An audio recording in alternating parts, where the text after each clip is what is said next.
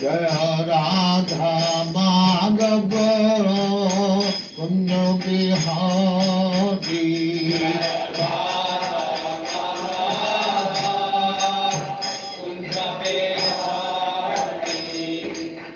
Yashodanandana Brajana Ranjana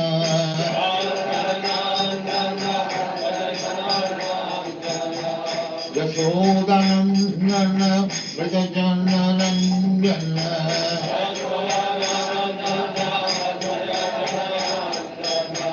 Yamuna Tira Banachari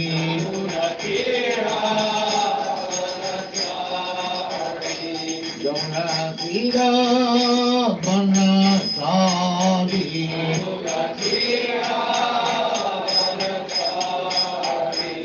Jaya Radha Madhava Kunja Bihari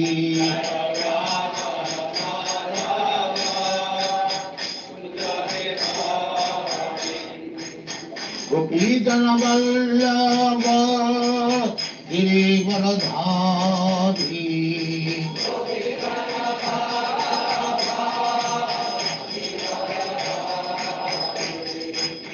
Gopijana Vallabha Girivaradhari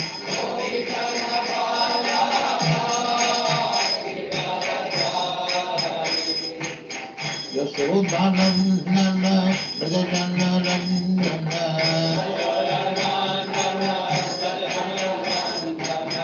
Yashodanandana Brajana Ranjana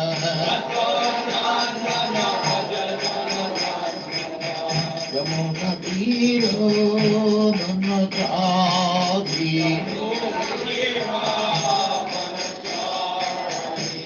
Yamuna Tiro Banachari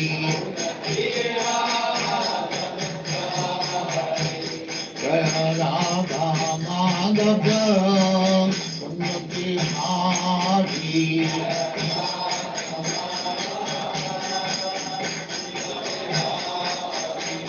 Jaya Radha Madhava Kunja Bihari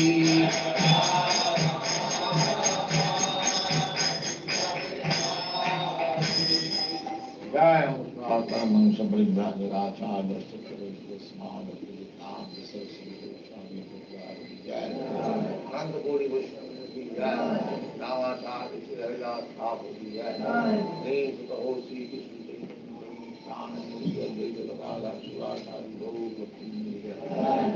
Shri Radha Krishna Bhogavna Sam Kanda Radha Kunda Yogan Ki Jai Vrindavan Dham Ki Jai Navadvip Dham Ki Jai Ganga Maya Ki Jai Jamuna Maya Ki Jai Guru Dwarka Dham Ki Jai Swami Bhaktivinoda Ki Jai All glories to that.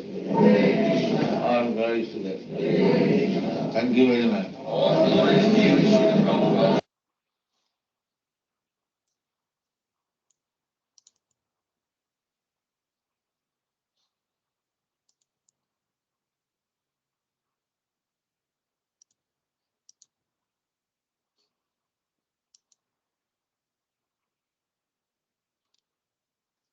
Hare Krishna, everyone. We'll continue with our ongoing discussion on Bhagavad Gita, Chapter 5, Action in Krishna Consciousness. So far, we have completed through text 7. Just a quick recap of the discussion so far. The chapter begins with Arjuna making a specific inquiry. He expresses his doubt that, well, Krishna, first you asked me to renounce work, and you again recommended that I should work in devotion. And so now he is seeking a conclusion, definite conclusion on which of the two is more beneficial. And Krishna replies by saying that work in devotion is better than simply renunciation of work. Though both of them are good for liberation. But if you choose one of the two, then work in devotion is always better. And then he goes on to explain the reasoning behind it. He explains that simply renouncing work, that is artificial or falgu vairagya, artificial renunciation.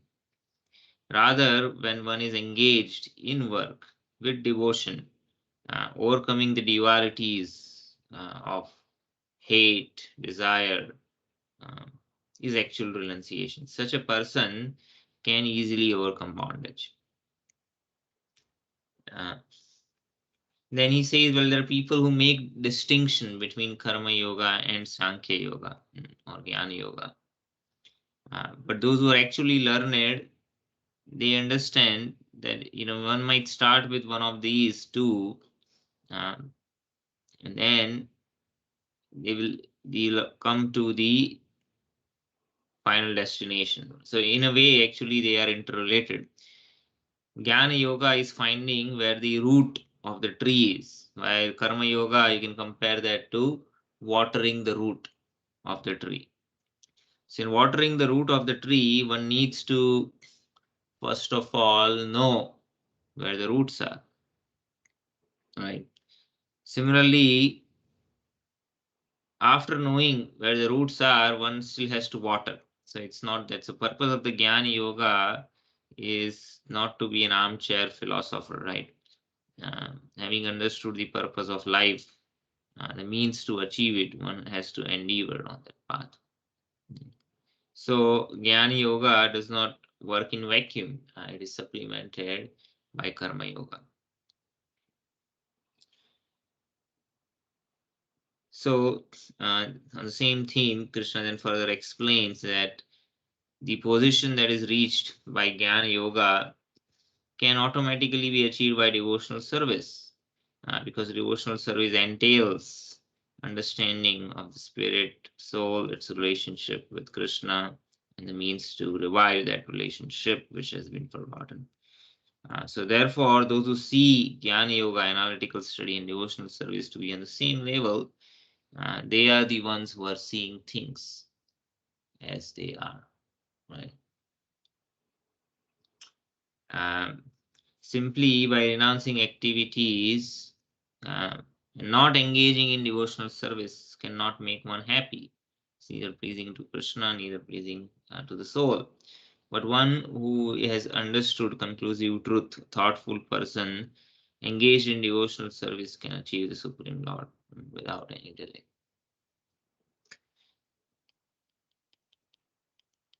And finally, the verse that we discussed last time is those who work in devotion, those who are able to control their mind and senses.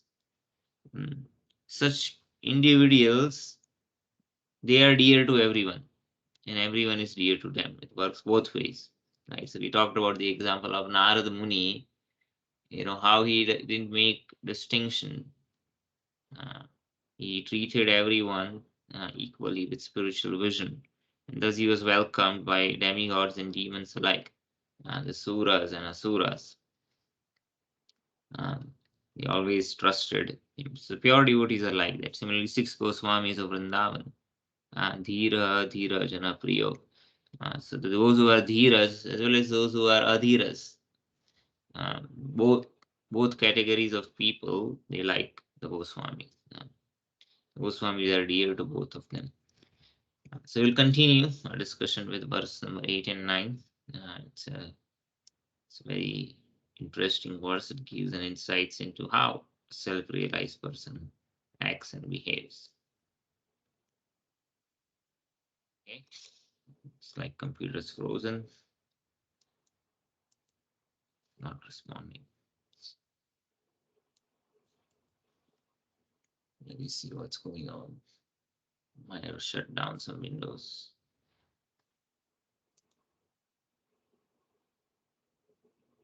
Okay, maybe it's back. Yeah, it's still patchy.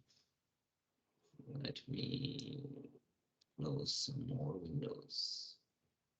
Hopefully, make it work.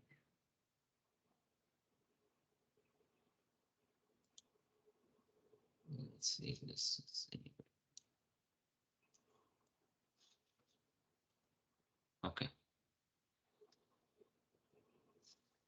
ओम ज्ञानतिमिरन्दस्य ज्ञानञ्जनशलाकया चक्षुरुन्मिलितं येन तस्मै श्रीगुरुवे नमः।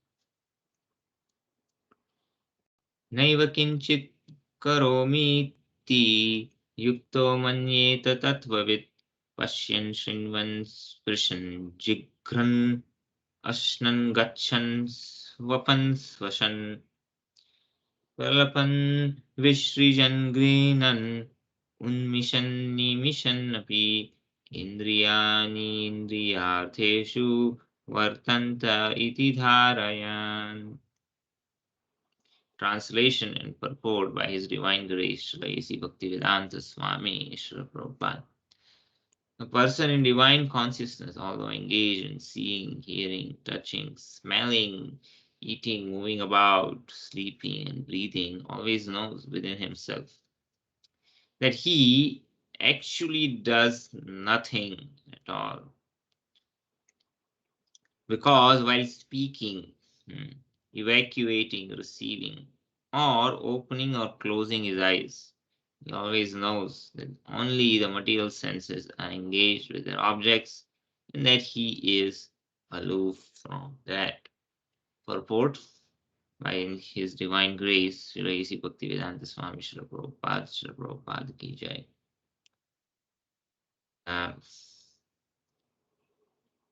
In this translation, it's interesting. So how a self-realized person sees that one is not acting or doing anything at all. He simply sees everything as interaction of the modes of nature. So the purport Srila Prabhupada mentions, the person in Krishna consciousness is pure in his existence, and consequently has nothing to do with any work which depends on the five immediate and the remote causes. So later in Bhagavad Gita, this 5 factors of action are described. So here it is pertinent, Srila Prabhupada is quoting that verse in summary. So the doer is the first cause. So any kind of action or activity that we see in this world cannot come about on its own. Matter does not have volition. So the matter consists of the 5 elements. The gross matter consists of the 5 elements, which is earth, water, fire, air, ether. And the subtle element, 3 subtle elements of mind, intelligence, and ego. But the both gross and subtle matter, they are by nature they are inert. They don't act on their own. But the gross and the subtle matter is actuated by the presence of the soul, right? The soul here is the doer. Without life, there is no activity. Say somebody might argue, well, there are so many creations in the modern world, like self-driving car, which doesn't require a driver; it drives on its own. So in that case, well, how is it that the matter is actuated? Well, somebody made the car. And there is a programming logic that is put into it by a human. So though you don't see a human and as an immediate operator of the car, he is the remote cause, right? That's Prabhupada mentioning immediate and remote causes.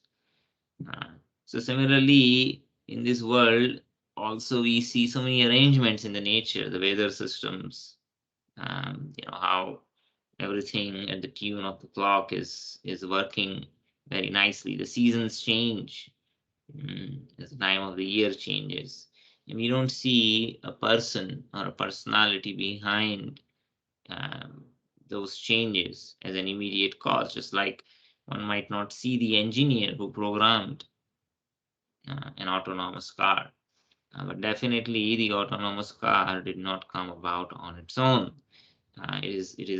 It is working under the expert direction, the program which is programmed in the car. So similarly, the doer always must be there. Any kind of change or action that we see in the world does not come about on its own. So the idea that nature is just working on its own is a false proposition. Behind the nature is actually the controller of the nature. So who is the controller of the nature? Well, the Supreme Lord himself, right? So there is Prakriti, there is Purusha. Hare Krishna. There is Prakriti and Purusha. Purusha is the controller of the Prakriti. Just like when we say nature, the nature does not act on its, we say nature. Whose nature is it? Nature belongs to someone. This is my nature or somebody else's nature, Krishna's nature. So nature does not operate on its own. Nature is always controlled by the controller. So here we just started discussing the purport of verses 8 and 9, where it's mentioned that person who is fully Krishna conscious does not he has nothing to do with the five causes. Any kind of work that we do has five causes. So we just discussed the first one, that is a doer. Any kind of action that you see in this world does not happen on its own.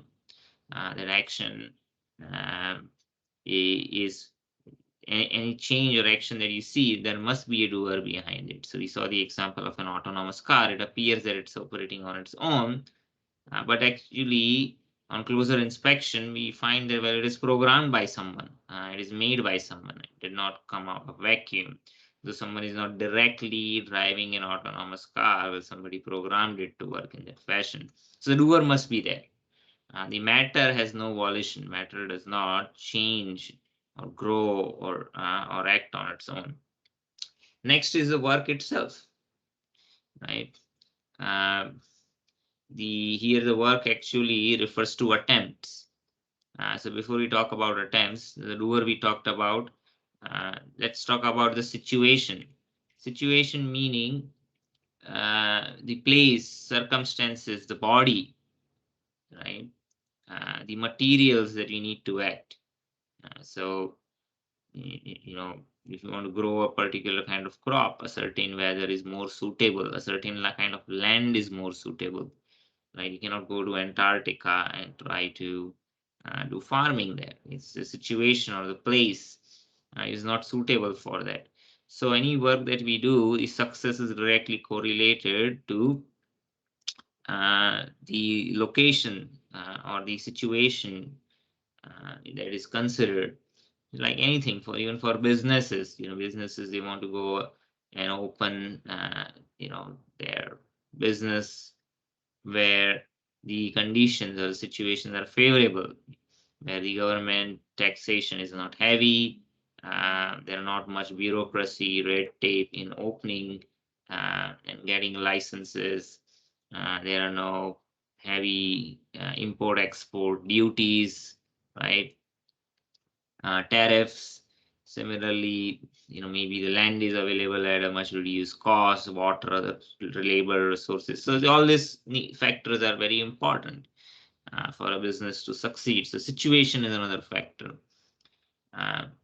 Then the senses.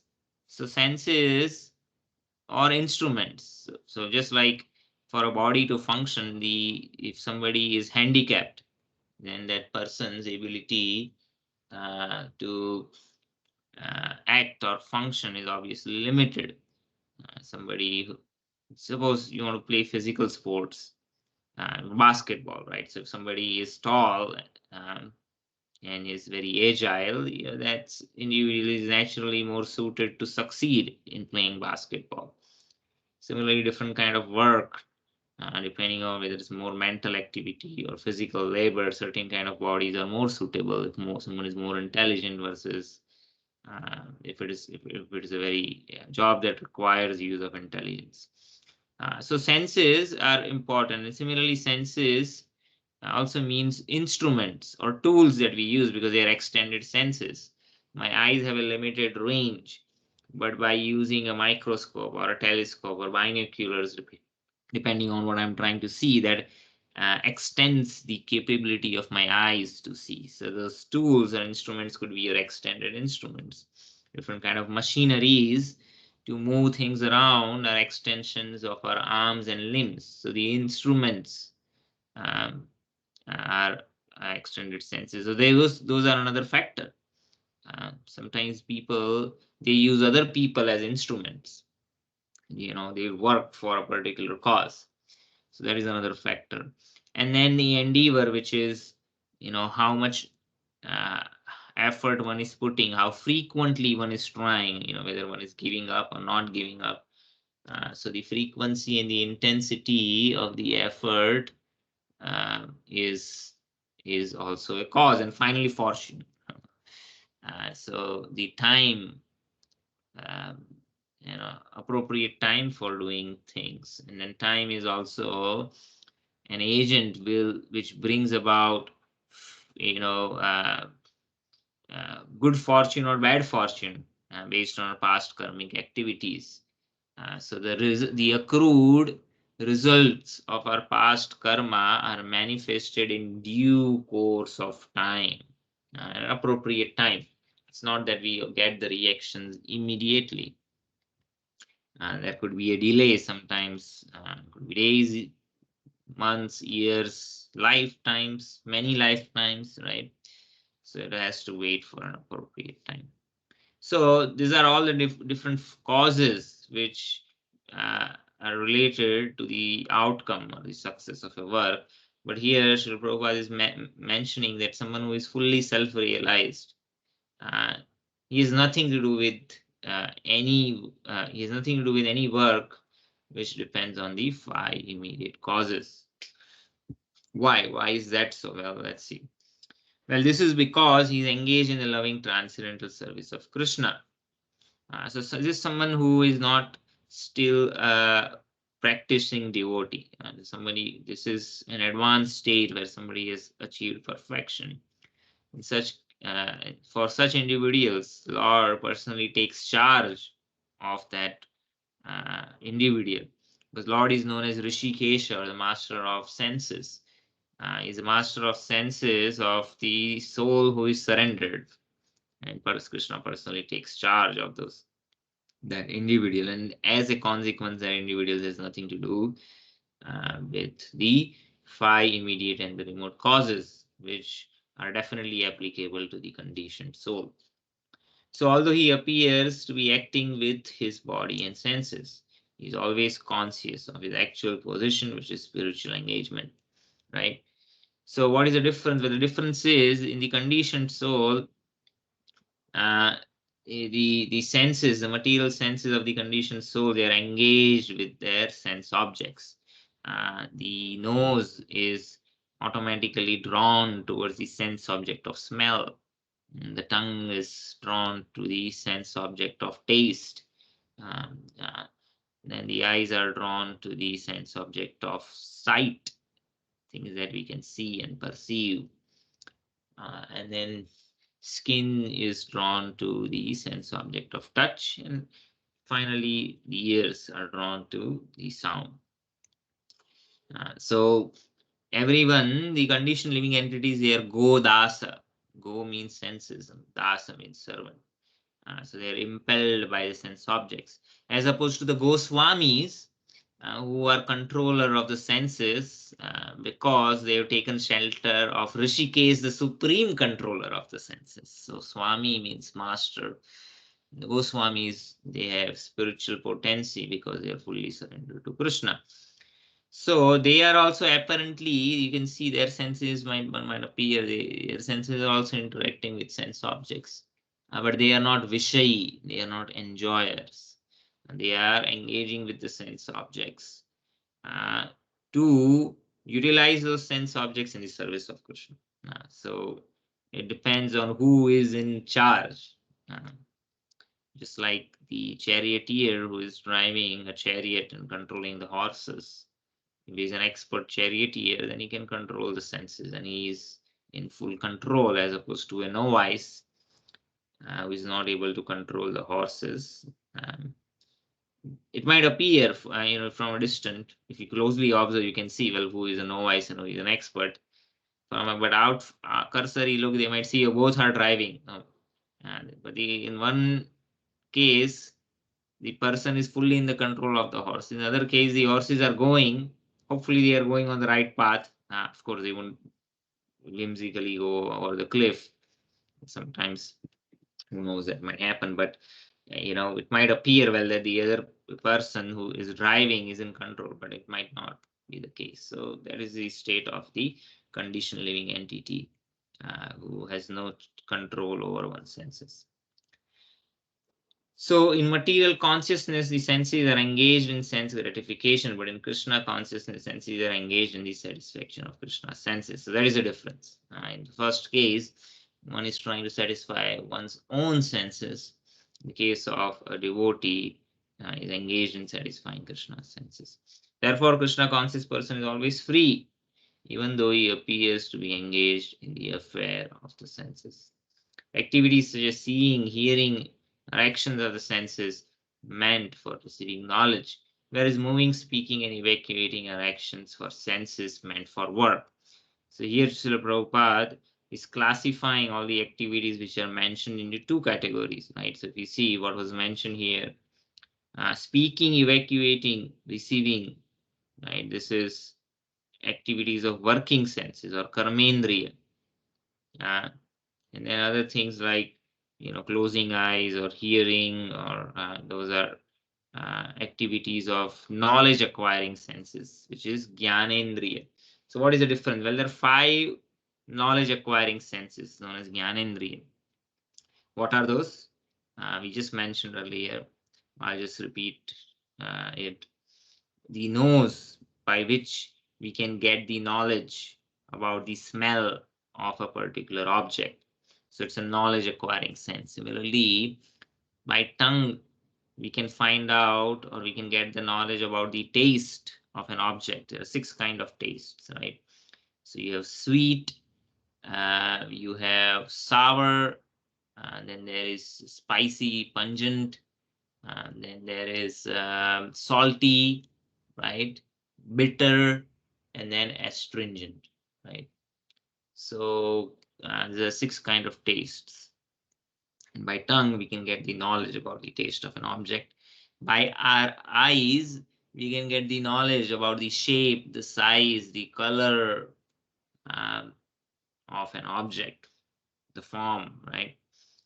By skin, we can get the knowledge about the texture and the temperature of an object, whether something is hard or soft, rough, hot, cold. And then by our ears, we get the knowledge. Just by listening to the sound vibration, we can get where, we can get, well, one is meaning if you understand the language, but even if somebody does not understand the language that is spoken, one can still understand the emotions. For emotions, you don't need to learn any language. So that is the basic basis of music. Music's the sargam, sarigama, pada, nisa, in different combination, not random combination, but combination according to the rules of music. They can create unlimited ragas. And each raga is conveying a very nuanced emotion, right? In any music, if you don't even understand the language, just by listening to various kind of music, different kind of emotions are invoked or generated within ourselves. It's going to be happy, sad music, which is very generic categories, but there are more nuances to it. That certain music create nostalgia, other music invoke anger, passion. So by hearing sound, we gain that knowledge. So there are 5 knowledge acquiring senses, are known as jnanendriya. Similarly, there are 5 action or working senses by we actually do work, right? So what are those? Well, one is your arms and limbs. By arms, we can manipulate things either directly or using certain tools. We can operate tools. We can do actual work using our arms. By limbs, by our legs, right? We can walk, we can ambulate, We can go to different places. Of course, that facilitates work. For working, we need to be able to move around. So those are working senses. Then tongue. Well, tongue we talked about, one function is taste, acquiring knowledge about the taste. The other function is to speak. And speech is a powerful thing. By speaking, we can do work. Well, how? You can instruct others. You can impart knowledge to others. And those who have great oratory skills, they can inspire masses, bring about revolutions just by speaking. So speaking is a working sense. So those are three we talked about: arms, legs, and tongue. And then you have evacuatory organs, which remove all the waste products from our body. And you have reproductive organs, which is the fifth, by which one creates or brings about life. So there are five working senses. So in this way, there are 10 working senses. Sorry, 10 total senses. And the mind is also considered the sixth sense. So the five knowledge acquiring sense in the mind is the sixth sense, or the 11th sense in this case, because you have five working senses. And then you have intelligence and ego on top of it, right? So this is analytical study of senses. So here Srila Prabhupada mentions that someone who is Krishna conscious person is never affected by the action of the senses. He is an independent master and the controller of one's senses. He cannot perform anything except the service of the Lord. He is not interested in gratifying his own senses with that of Krishna, out of his love and devotion towards the eternal service of the Lord. So that is the sum and substance of verse number 8 and 9. Any questions on this? Okay. Move on to verse number 10. ब्रह्मणि आधाय कर्माणि संगं त्यक्त्वा करोति यः लिप्यते न स पापेन पद्मपत्रं इवाम्भसा. It's a very beautiful analogy. Translation, purport by Srila Prabhupada. One who performs his duty without attachment, surrendering the results unto the Supreme Lord, is unaffected by sinful action, as lotus leaf is untouched by water. So here the analogy is given. If you observe the leaf of a lotus, it is like a waterproof kind of material. As it's right in the water, it does not get wet. Similarly, a person who is performing one's duty according to one's nature, and hence doing it without any attachment in regards to the results of the work, and is offering those results to the Supreme Lord, has no sin incurred. Sin is incurred, or piety for that matter, is when one is intimately involved with the results.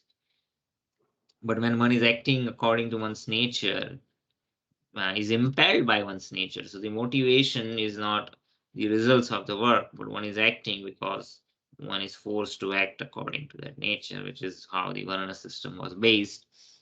Then that the results of such a work are worthy of offering to the Supreme Lord. And because of devotion, one does offer to the Supreme Lord. And that's why one is not affected by sin. But first of all, because it's a yagya, right? One is offering the results as a sacrifice to. So there is no question of sinful reaction. Because sin is incurred when one considers the self as a proprietor. Actually, everything is given by the Lord, including the body and other materials and paraphernalias. All the conveniences to satisfy the body are also provided by the Lord. But when we think we are the original proprietor, and we take everything from the nature without offering as a sacrifice. Suppose I go to someone's home, I take things which are not belonging to me, and that person is kind enough to give me, but I take it everything without offering anything in back, right? So then that is definitely not worthy, is improper, and thus is overcome by sin. So when everything is provided by the Lord, it is the duty of the individual to offer it as a kind, as a gesture of devotion. One actually, the Lord does not need anything, but only an ungrateful person would not reciprocate and offer it back to the Lord, just like a child wants to gift something to the father but has no independent capacity. So he takes from the father and gives and make an offering to the father. But the child says he ignores the father and just takes everything um, for one's own enjoyment without giving anything in return, and that is certainly sinful. So in the purport, Srila Prabhupada mentions here, Brahmani means Krishna consciousness. The material world is a sum total manifestation of the three modes of nature, technically called Pradhan. Um, so what is Pradhan? Well, in the beginning of the creation, just like the scientists, they have this idea there was a singularity, one single point of infinite mass, infinite density, and infinite temperature, right? So it's extremely dense location, which is filled with matter, and that just expanded with a big bang. That's how the creation happened, right? But in the Vedic scripture, they define well how the matter is created. Well, the matter, first of all, we talked about the 24 elements, right? So you have 11 senses that we talked about. Then you have the 5 sense objects, which is earth, water, fire, air, ether.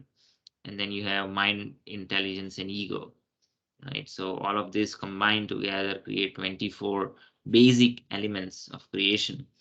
But before these basic elements are created, they are all created by combinations of the three modes of nature. For instance, mind is predominantly in the mode of goodness, is a product of goodness, sattva gun. When the ahamkar, the false ego, combines with goodness, sattva, then it creates mind.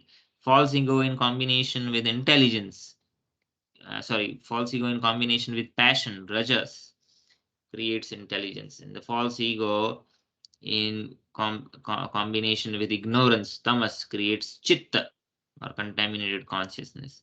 And chitta further expands into the 5 gross elements, earth, water, fire, air, ether. Intelligence expands into the 10 senses, 5 working and 5 knowledge acquiring senses. And mind expands into the sense objects, which is the objects of um, the smell, taste, sight, touch, and the sound. So in this way, you see how everything was from the 3 modes of nature.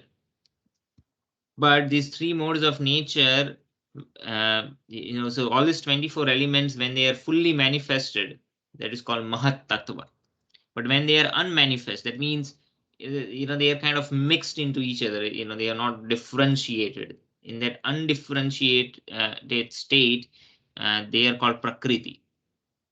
So in the Prakriti, there is a distinction between the, you can say this is Rajas, this is Tamas, this is Sattva. So that distinction is there.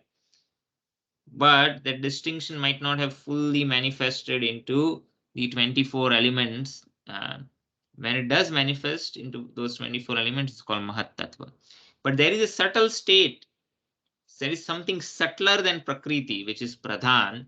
And in Pradhan, even the 3 modes of nature are not fully manifested, or they are in balance, right? In Prakriti, you can make distinction between Sattva, Rajas, Tamas. In Pradhan, they are in balance or equilibrium, and even the modes are not are predominantly manifested. So that is Pradhan. So here, Srila Prabhupada is saying, well, everything comes from the Pradhan, right? So the sum total manifestation of the 3 modes of nature is called Pradhan. And Vedic hymns, Sarvam hi etad Brahma, Mandukya Upanishad, Tasmad etad Brahma Nama Rupam Anna Cha Chayate, Mukunda Upanishad. And Bhagavad Gita, Mama Yonir Mahat Brahma, indicate that everything in the material world is a manifestation of Brahman. So this Brahman is even beyond Pradhan, because Pradhan is matter, right? It's still material, but Brahman is spiritual effulgence. So in this way, the here different verses from the Upanishads, they are describing how the Brahman is the basis. Everything in material world is a manifestation of the Brahman, and although the effects are differently manifested, they are non-different from the cause. So what does it mean, differently manifested? Well, we saw how the Pradhan becomes Prakriti and Prakriti becomes Mahat Tattva, which is 24 elements. So you see they manifest when they start manifesting. You can see the distinctions and differences, but they're all coming from the same cause. Just like embryo which develops in the womb, initially it's just a small lump of mass, and it starts getting differentiated into different kind of cells, and they start developing into different organs, and in this way the body is fully manifested. So in the Isa Upanishad, they say that everything is related to Supreme Brahman or Krishna, because everything belongs to him only. So Ishvara Parama Krishna Satchidananda Vigraha Anadiradir Govinda Sarva Karana Karanam. So Ishvara Parama, who is the Supreme Ishvara, Supreme Control, is Krishna. One who knows perfectly well that everything belongs to Krishna, and that Krishna alone is the proprietor of everything, that therefore everything is engaged in the service of the Lord.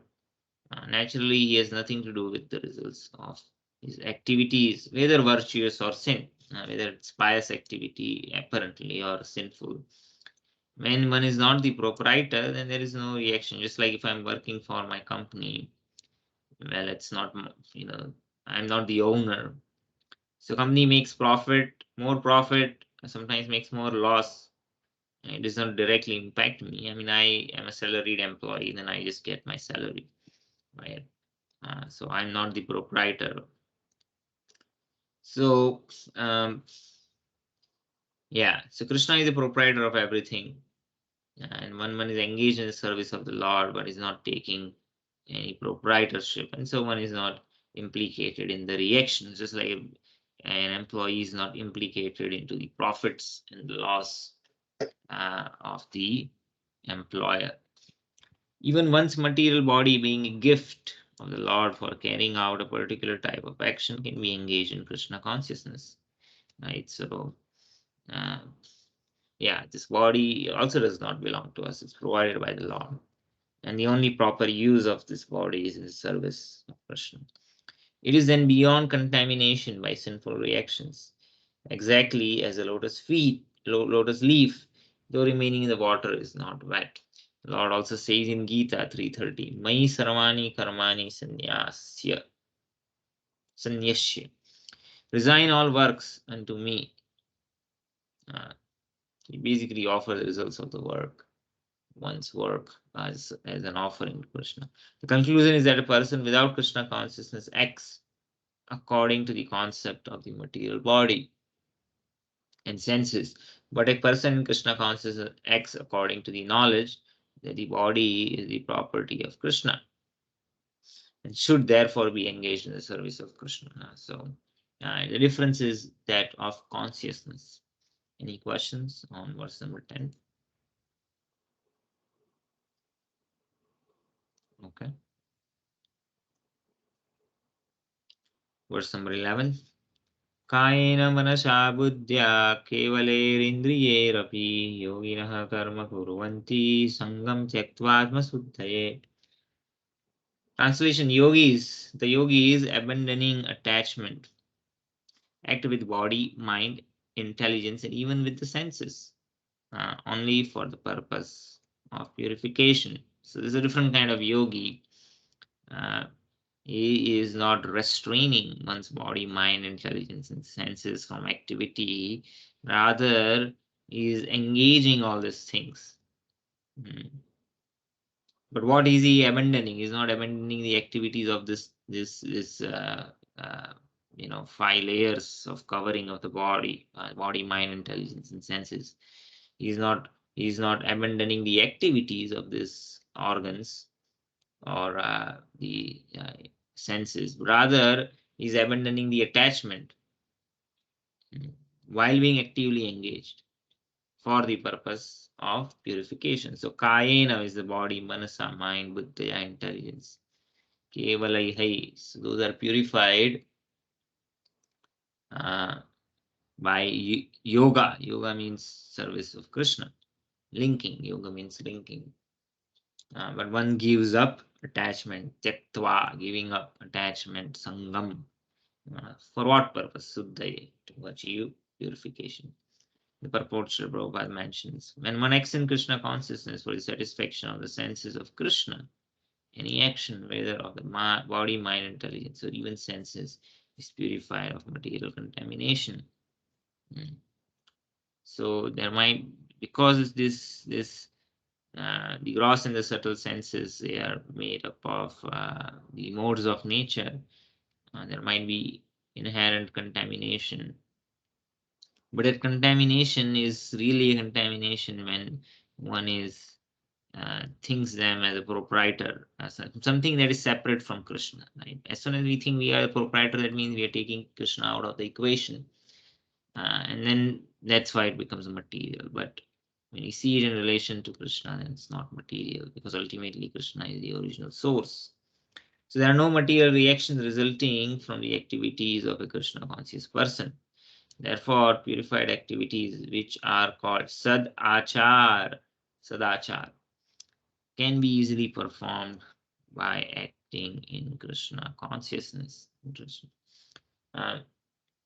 So for devotees, proper behavior, sadachar, uh, is uh, is manifested by acting in devotion. So offering the results of one works to Krishna, that is sadachar. And by spiritual consciousness, one is able to do that. So Srila Rupa Goswami in Bhakti Rasamrita Sindhu describes Iha yashya hareرداشye karmana manasha gira nikhilasya pi avasthashu jivan mukta sa uchyate. Person acting in Krishna consciousness with his body, mind, intelligence, and words is a liberated person, even within the material world, although he may be engaged in many so-called material activities. So, you know,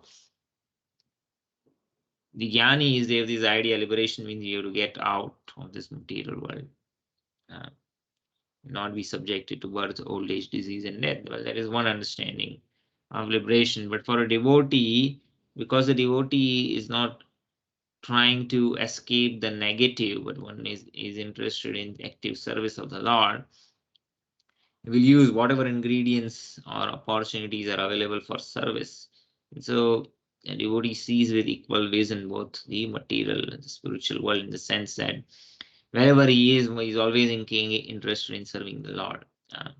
And because of such a consciousness, one is liberated even while one is present in this material world. So he has no false ego, for he does not believe that he is this material body or that he possesses a body. So you can quickly, clearly see the position that one is embodied within these different layers, and you can make the distinction between the self, the soul, between the subconscious, the subtle body, and how the subtle body is also different from the gross body, and how they interact. So with that understanding, one does not consider itself as the proprietor. Thus, one is not influenced by false ego. He knows that he is not this body and that this body does not belong to him. He himself belongs to Krishna, and the body therefore also belongs to Krishna. When he applies everything produced of the body, mind, intelligence, words, life, wealth, etc., whatever he may have within his possession, to Krishna's service, he is at once dovetailed with Krishna. So, pretty straightforward. He is one with Krishna and is devoid of false ego that leads one to believe that he is the body. That is a perfect stage of Krishna consciousness, right? So when we start thinking we are the body, then we see everything on a material conception.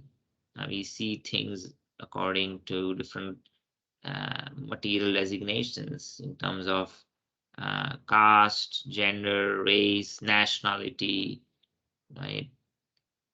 This is all based on the understanding that we are the body. So if one understands one's situation, that we are his spirit soul, a fragmental portion of the Supreme Lord, and acts according to that consciousness, then one is not implicated. So this is the sum and substance, verse number 11. Any questions on this verse?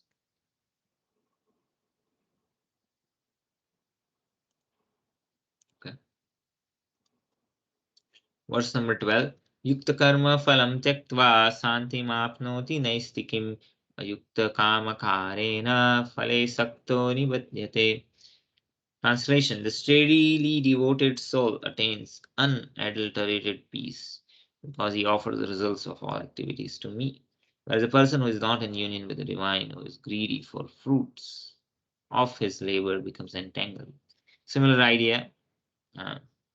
What is unadulterated peace? That is achieved only when one is not implicated in the anxiety and the results, the reactions of one works, and that happens only when one is uh, is not one does not consider self as a proprietor and offers the results of one's work to the supreme. Purport: the difference between a person in Krishna consciousness and a person in bodily consciousness is that the former is attached to Krishna, whereas the latter is attached to the results of his activities. The person who is attached to Krishna and works for him only is certainly a liberated person. And he has no anxiety over results of his work. Right? So there is no proprietorship, then there is no anxiety. In Bhagavatam, the cause of anxiety or the result of the activity is explained as being one's functioning in the conception of duality without knowledge of the absolute truth. Right? So, yeah, the conception of duality comes in terms of happiness, distress, success, or a failure when one is self-centered.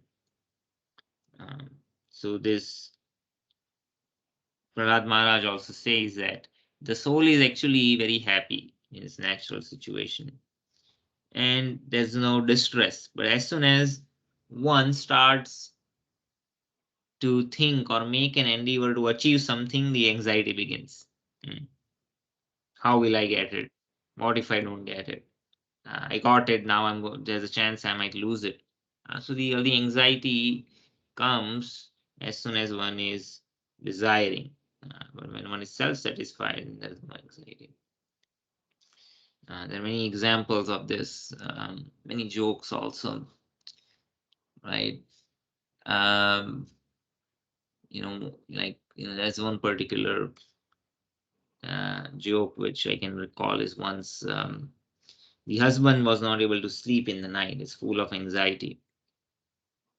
Maybe it's not a good example, but well, why the anxiety was because he owed money to the neighbor, and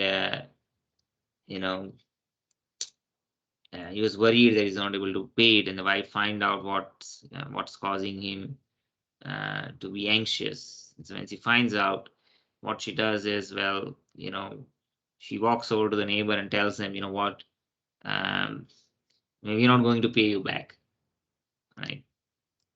And then he goes and tells to her husband that, well, now you sleep. I already told him you're not paying. So now he will be sleepless, right? So what happens is when we are attached to things, then the anxiety comes. Otherwise, there is no cause of anxiety. So the duality of success or failure creates anxiety. But one is doing as a matter of service, right? But that means one does it with sincerity, but then does not have any personal stake in it. And then that's why there is no cause of anxiety. So Krishna is the supreme absolute truth, the personality of Godhead.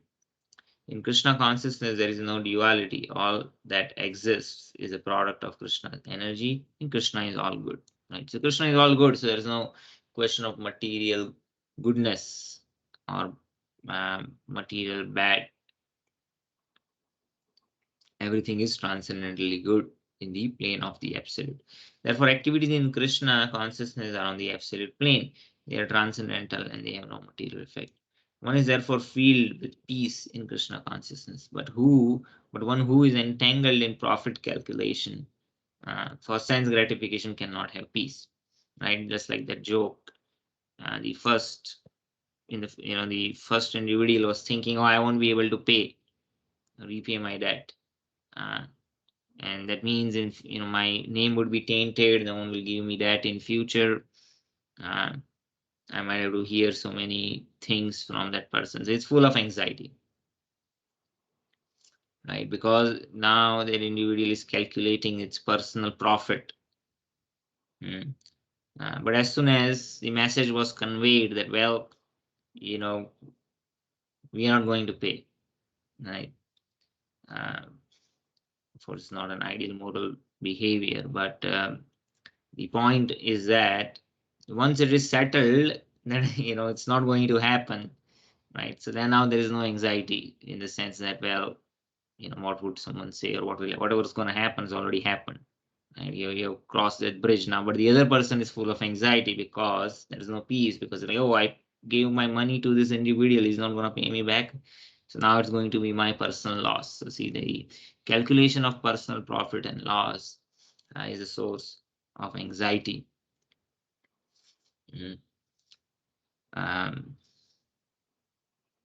Yeah.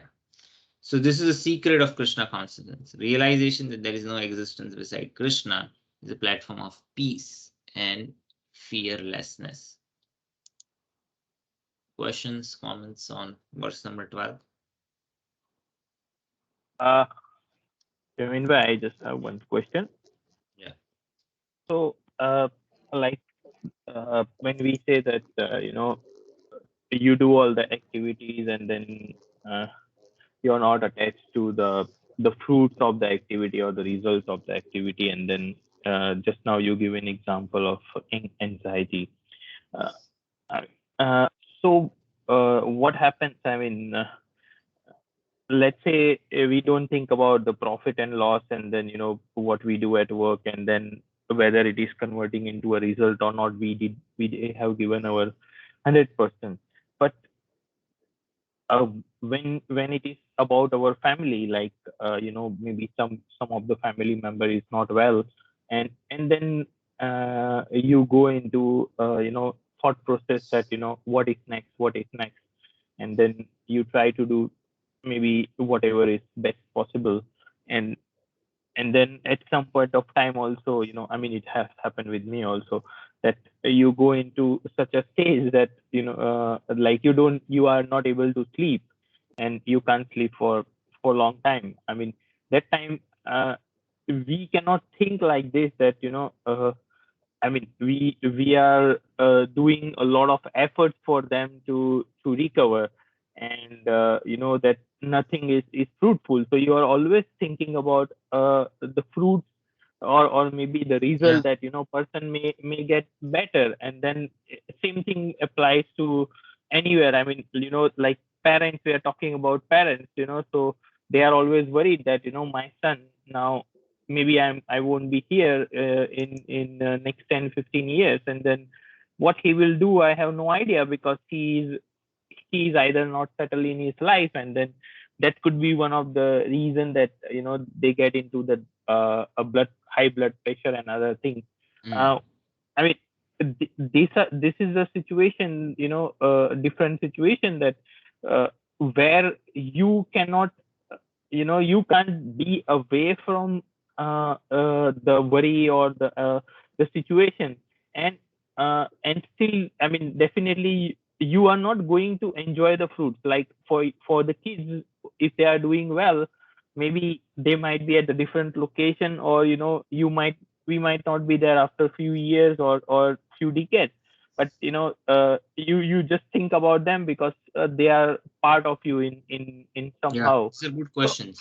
yeah. So the point is very well, yeah. So the anxiety that one is overwhelmed, when one thinks about personal profit and loss, right?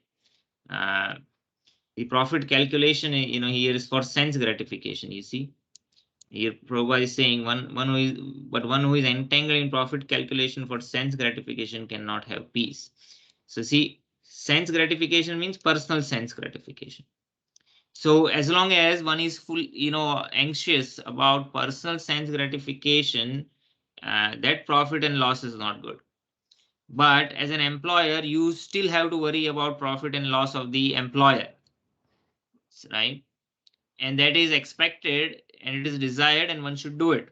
Your job is to make sure that the business development happens nicely for the company, right?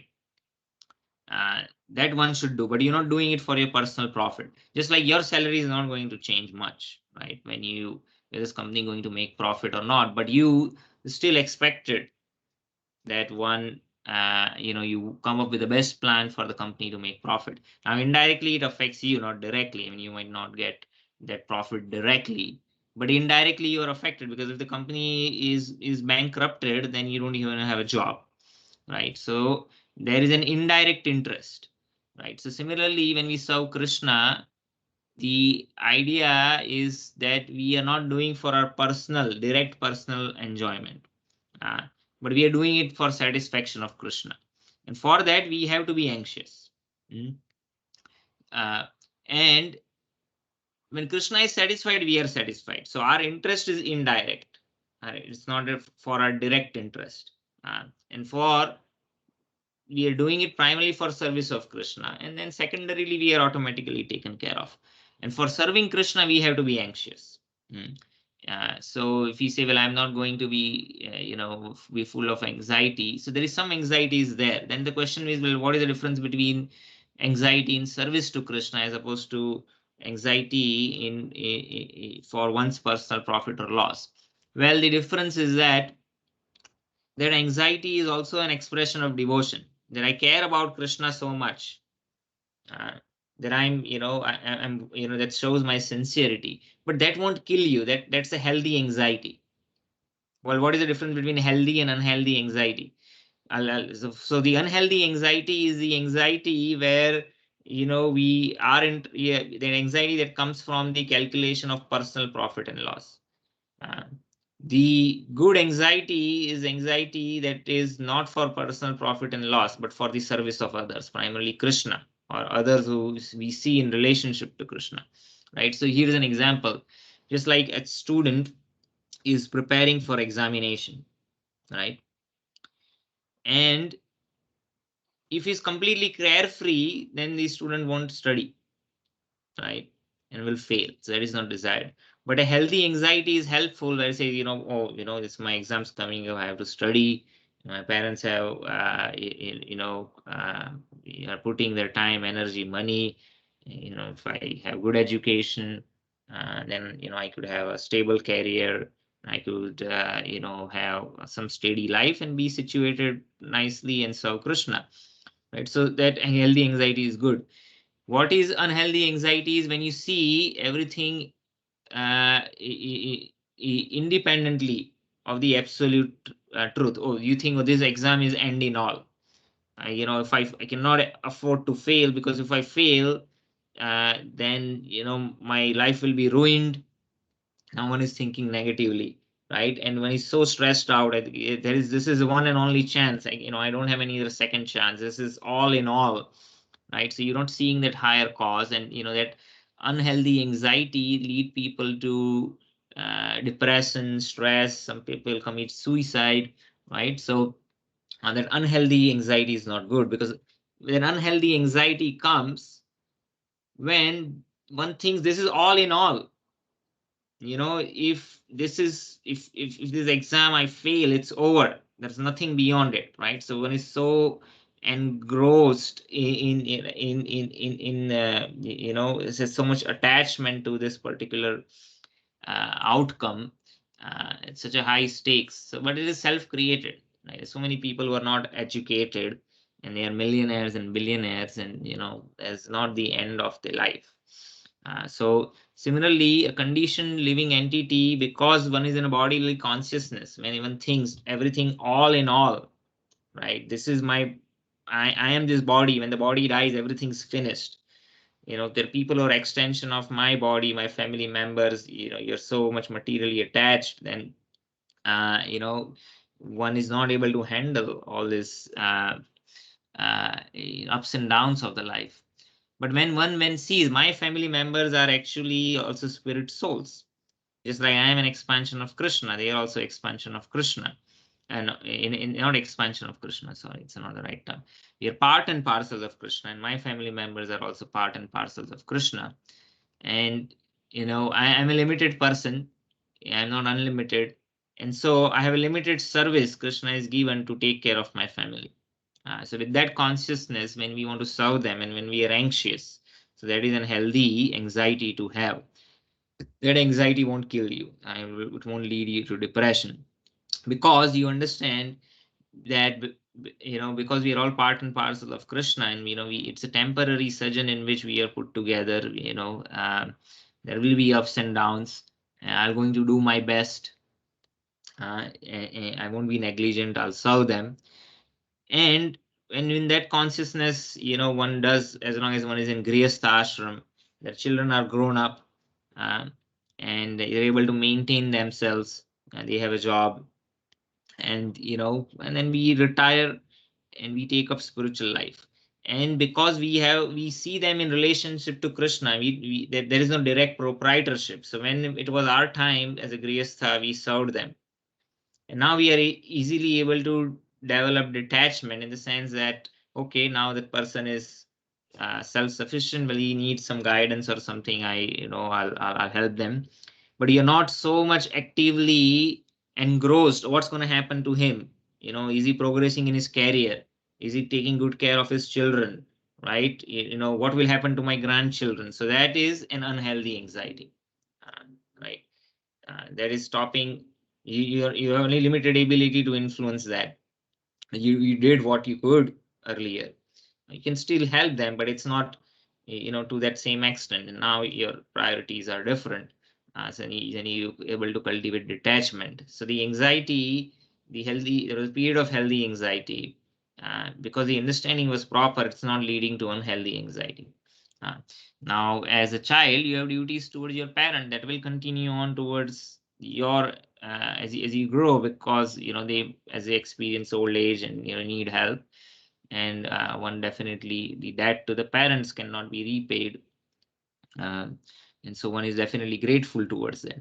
So you see, there is a difference. The anxiety is there. Anxiety is there in the spiritual world also, but it's not material anxiety. Mother Yashoda is anxious. What's going to happen to my child? Or he went and ate dirt. He's going to get sick, right? So she is anxious, right? So then anxiety is good, it's healthy.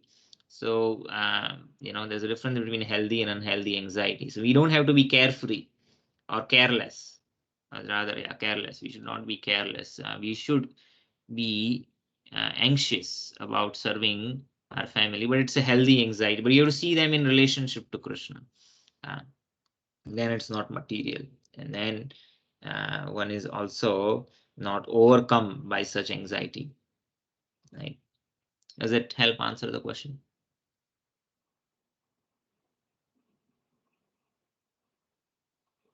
Yes, Jamin bhai. Yeah, but good question. Yeah, one has to make a distinction between the healthy and the unhealthy anxiety. The unhealthy anxiety kills you, the healthy anxiety does not kill you. Because we are, in devotion, we're not considering ourselves as a proprietor. We don't think, oh, this is my child, I'm the proprietor, this is my wife, and it has to happen exactly this way or that way. But rather one serves them because they think, as them as a part and parcel of Krishna, and one fulfills one's responsibilities.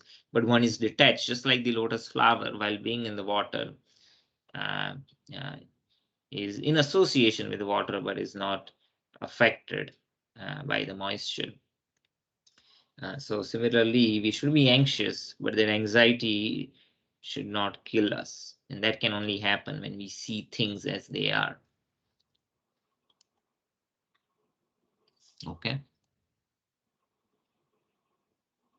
So I believe we just did verse 12, right? Yes. Or was it? Okay, so verse number 13. So my computer froze again. Let's see what's going on. So let me close more files.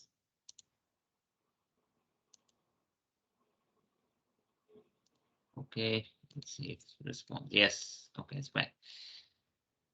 Sarvakarmani manasas sanyasyaste sukham vasi nadvare pure dehi naiva kurvanna karayan.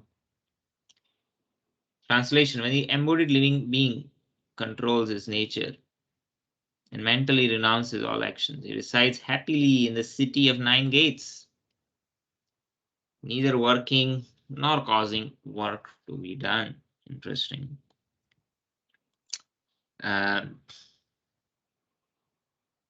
So this body is compared to a city of 9 gates.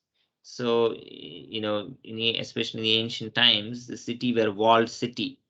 Like in Gujarat, we have Ahmedabad. So original Ahmedabad was a walled city, right? So it's like a fort, right? But in this fort, the entire city exists, and these walls of the city, they act as a defense anytime maybe there is an attack by an enemy. But there are gates in the city for the people or the soldiers, the merchants to enter and exit.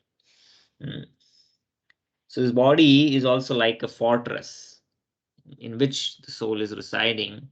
His body has gates, the 9 gates. So what are 9 gates? Well, the 2 eyes, the 2 nostrils, the 2 openings of the ear and the mouth, right? So you have 7 right over there. And then you have the evacuatory and the reproductive organs. So total there are 9 gates in the body. And the living entity is living in it. But when the living entity is in charge of one's senses, able to control one's nature, is acting according to one's nature, but one does not consider as a proprietor of things. Yeah? And then the person mentally renounces the results of one's actions and not attached to the results. Then the person is self-satisfied in this city of 9 gates, because he doesn't consider himself as the sole cause of the work, because we earlier learned, right, there are 5 causes of work. So he thinks, oh, okay, I have to make an endeavor, but if I fail, right, I can still make another endeavor, but I'm not overwhelmed by it. Why? Because I understand there are 5 factors. What are the 5 factors? Well, one is just the circumstances, the place. Sometimes we are not able to change the place. The body, we are given a body, we are dealing with it. Senses, we might have limited senses to work with, right? And then finally the time, right? So which is also giving the results of our past karma. So when we understand all these factors and we try to change different levers to make things about. But when we understand these 5 factors, then we don't consider ourselves as the sole cause. And because there are other 4 causes, the doer is just the one cause. Then we are seeing things in proper, and so we are not overwhelmed and we are living happily. Otherwise, the people, when they are affected negatively, because they are so much attached, is because they think, well, I'm the only sole cause of either success or failure. And so when they succeed, they think, well, you see, it's my effort, I did it, I'm the cause, and so they're super happy. And when they fail, they are so miserable because they think they are the only cause of their failure. But one who see things properly is not overwhelmed by it.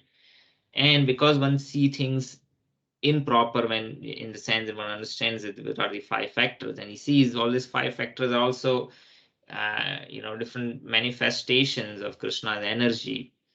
And so the best thing for me to do is to offer the results back to Krishna, just like one goes and worships Mother Ganga. Well, how do you worship Ganga? You offer some water. How are you going to offer water? You take water from Ganga and offer it back to her. Or when you worship the sun god with a lamp, the sun is the source of infinite heat and light, and you're offering a fragmental portion of that heat and light back to him. Similarly, when one sees everything in relationship to Krishna, the five factors also in relationship to Krishna is the cause of those factors, ultimate cause. And then one offers the results of those actions to Krishna. And in this way, one is not implicated. There might be some anxiety in serving, but it's a healthy anxiety. It's not an anxiety that will kill him in the sense, anxiety of serving. And so in this way, one is happy. So all emotions has an appropriate place, right? They are all called rasas. All emotions, the emotions are called rasas. And a healthy life means you should have healthy, balanced combination of all the emotions. If one is always full of anxiety, that will cause different diseases, depression, distress. If one is always happy, happy to the extent that one is mad, it's just frivolous life of hedonism, and then people get bored of that also. So all the emotion, and similarly anger can overwhelm if one is angry all the time. So all these emotions, they have to be in balance, and one can be in balance only when one sees things in proper relation. And all these emotions can be expressed in the service of Krishna also. Just like Hanuman, he became angry. He didn't become angry for his personal cause. A devotee is not angry if somebody comes and insults or does anything wrong to them. But the devotee might become angry if the Lord is insulted. Right? So Hanuman, for the sake of Lord Rama, he became angry and he burned Lanka, not for his personal cause. So in this way, the self-realized soul sees that, well, he's not the cause of the work. He's just one of the factors. He's not causing the work to be done, and is he neither working? Right? Again, the modes are active, but the soul has a desire, the anxiety to serve. That's the only action on the part of the soul. The soul has a choice whether I want to serve Krishna or if I want to serve Maya. Right? That is the only volition has. And based on the choice and the extent of involvement towards that choice that one has selected, how one is inclined to act on it, then the modes are acting. Everything else is a combination of the modes of the nature. They are the efficient cause, the cause that brings about the effect of the outcome. So in the purport, Srila Prabhupada mentions the embodied soul lives in the city of 9 gates. The activities of the body, or the figurative city of body, for this analogy, they are conducted automatically by its particular modes of nature, as I just talked about, right? Only the modes are active. Well, how is that? Well, if you look at the 5 factors, all the 5 factors, you can break it down in the modes, right? So you have place, or the body itself. You can consider either a biological body or even the subtle body. They're all combinations of the modes. So a biological body is made up of earth, water, fire, air, ether. Well, where did earth, water, fire, air, ether come from? We just talked about earlier in the class that these 5 gross elements, they are expansions of chitta, the contaminated consciousness. How is contaminated consciousness come into being? Well, it's combination of false ego with tamas, right? So the place or the body is primarily manifestation of the ignorance. Of course, there are variations, there are different combinations. It's always sattva, rajas, tamas mixed, but primarily tamas. Then we talked about senses as one of the cause, right? We talked about instruments, which are extended senses, or the senses itself. Well, how did the senses got created? Well, we learned that, well, senses, 11 senses, they are expansions of intelligence. And where did intelligence come from? Well, intelligence is basically false ego combining with mode of passion, or rajas. So you see the modes are active. So similarly, if you analyze all the 5 factors, you will come to the conclusion. Of course, Devam is time, which is impersonal expansion of Krishna. we see all other factors, mostly they are all combinations of the modes of nature. So in this way, one sees that the modes are only active.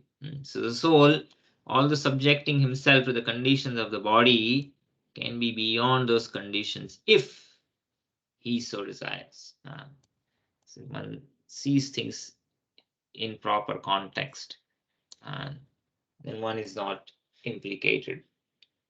Owing only to the forgetfulness of his superior nature, he identifies with the material body and therefore suffers. So suffering comes from the identification with the body. This suffering is the anxiety that kills him.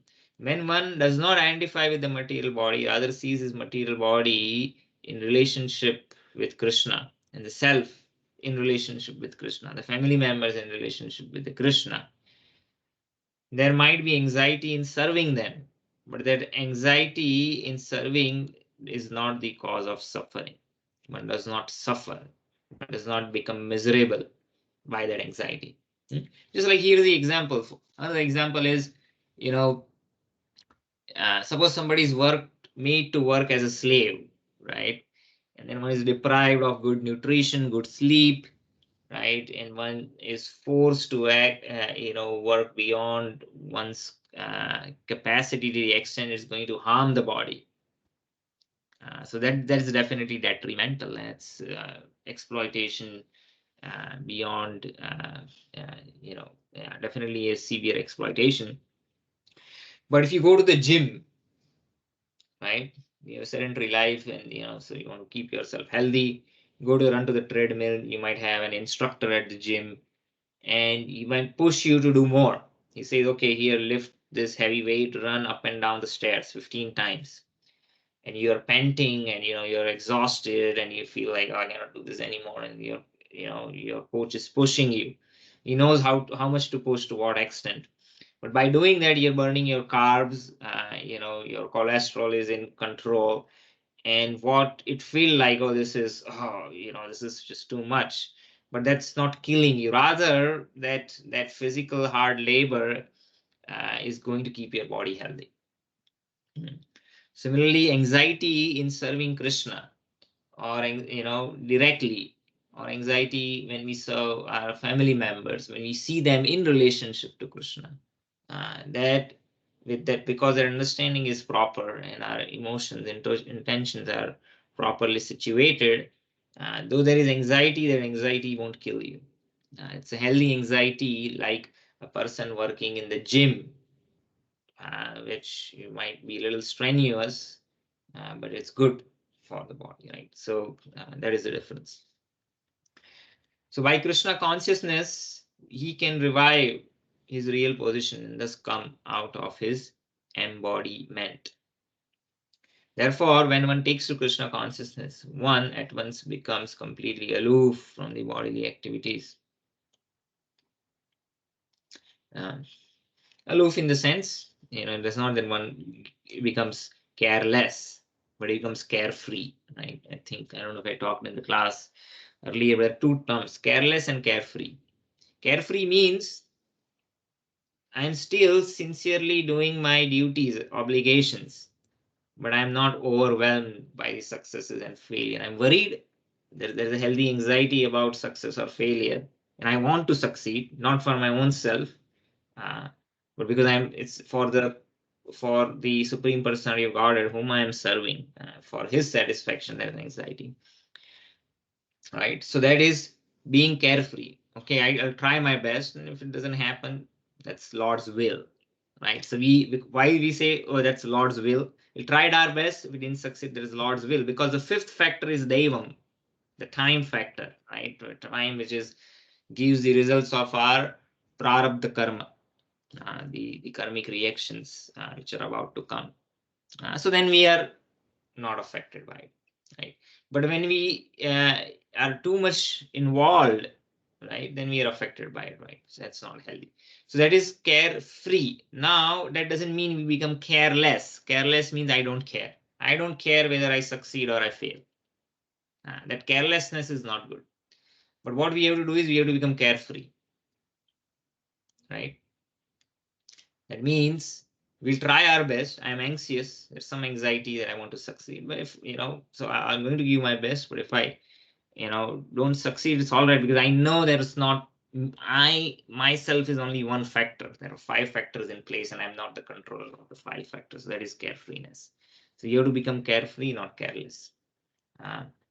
And yeah. And at the same time, we should not become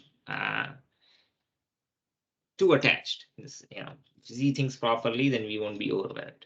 We should not let unhealthy anxiety develop in ourselves.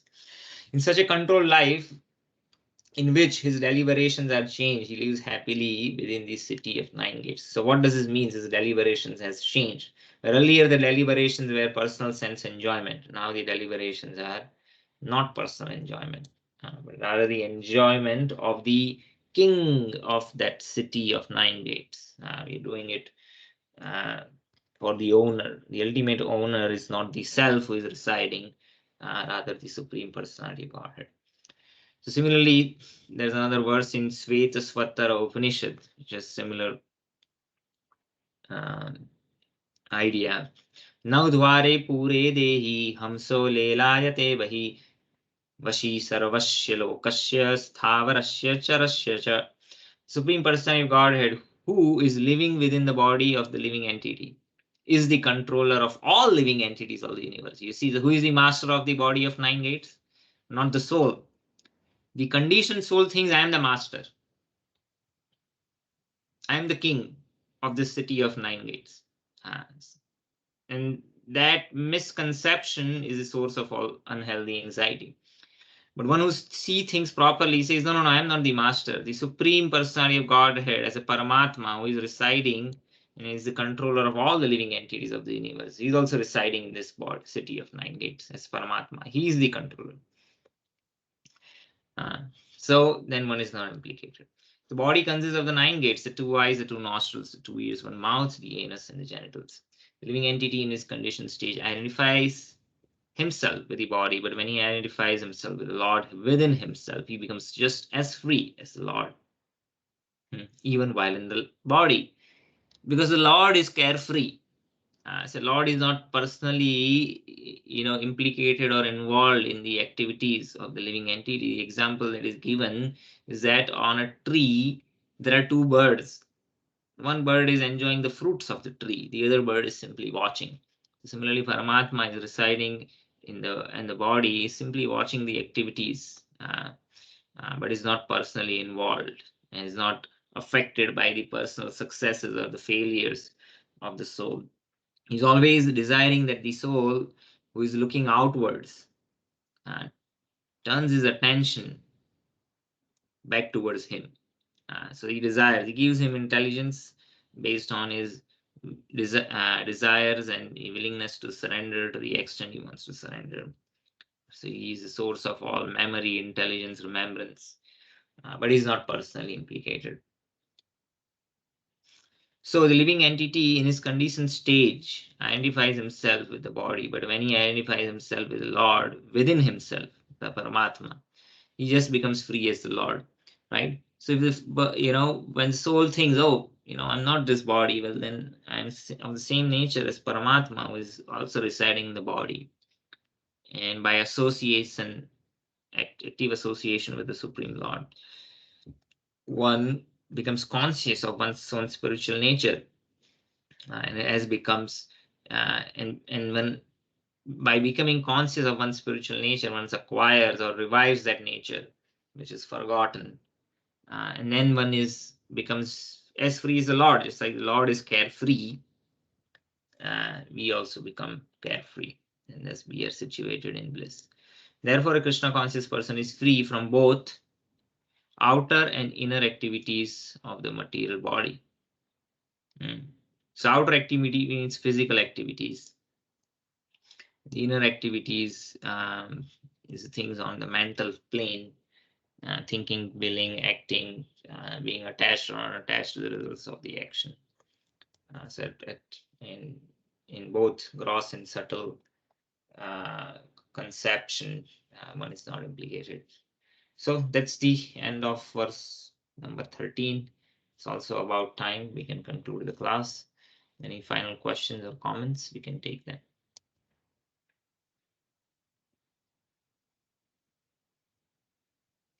Okay. Thank you. No questions. Yeah. All good. Hare Krishna. Hare Krishna. I mean, wait, just one thing. Yeah. I mean, uh, like you know, Bhagavad Gita explains so many things and so many aspects in much detail. Uh, uh, but what I feel sometimes is, the time has changed. Like, when it was recited maybe 5,000 years ago, and then today, it's totally different. In many aspects, we are able to correlate that. Uh, so is it? I mean, is there any commentaries available where we have some examples, like the examples which we can put in today's world, and then you try to compare it? Because sometimes I feel uh, it's difficult for one to understand. Even I'm also taking a lot of time to understand, and then uh, like you to think a lot to a specific verse, and then try to find an example, or the situation, and then you exactly understand the right meaning of what is being said.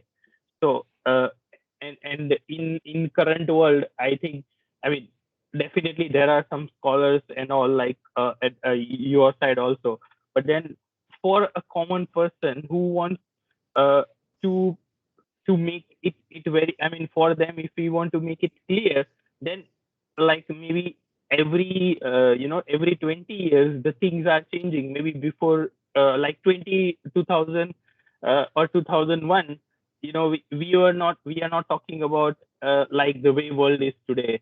uh, Maybe the internet and all were there, but they were at the beginning stage, and now the world has totally changed. Now since 2020 till now, there's been a drastic change in our thought process, that nobody could imagine that salesperson can sit at home and do the sales work. Now I'm one of them who is doing it.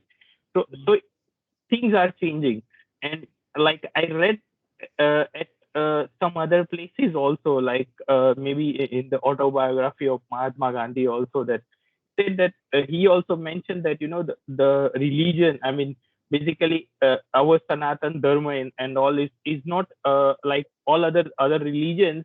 I mean, they are not constant, they are always changing. I mean, changing means it doesn't mean that the truth is changing. The truth is still there, but the way it is applicable, it is changing. And then if that's the case, then we also need to have such a commentary where we can correlate to our living at this point of time, and then the persons can improve their life, and by understanding the concepts in detail. I don't know, I mean, it's a vague thought, but I was just Yeah. having it some time, so I just thought that maybe I should discuss with you. Sure. Yeah. Thanks for bringing it up. So you're right in the sense that, well, the eternal truth does not change. That's why it's called Sanatan Dharma. The application could change in details, right? And the application in essence is the same principle, but the details could be different. And world is changing rapidly. For millions of years, it hasn't changed. If you see the history of mankind, is more or less the same way people have been living for millions of years. The industrial civilization is an abnormal deviation, but it's simply a speck in time. For instance, if you say maybe industrial civilization came about with beginning with, let's say, steam engine, or if you want to go a little beyond that, maybe gunpowder, right? The steam engine was the beginning of machines being powered, and then move away from farm-based living to factories. That's how all of that started, right? And as you can see, this is based on heavy consumption of energy.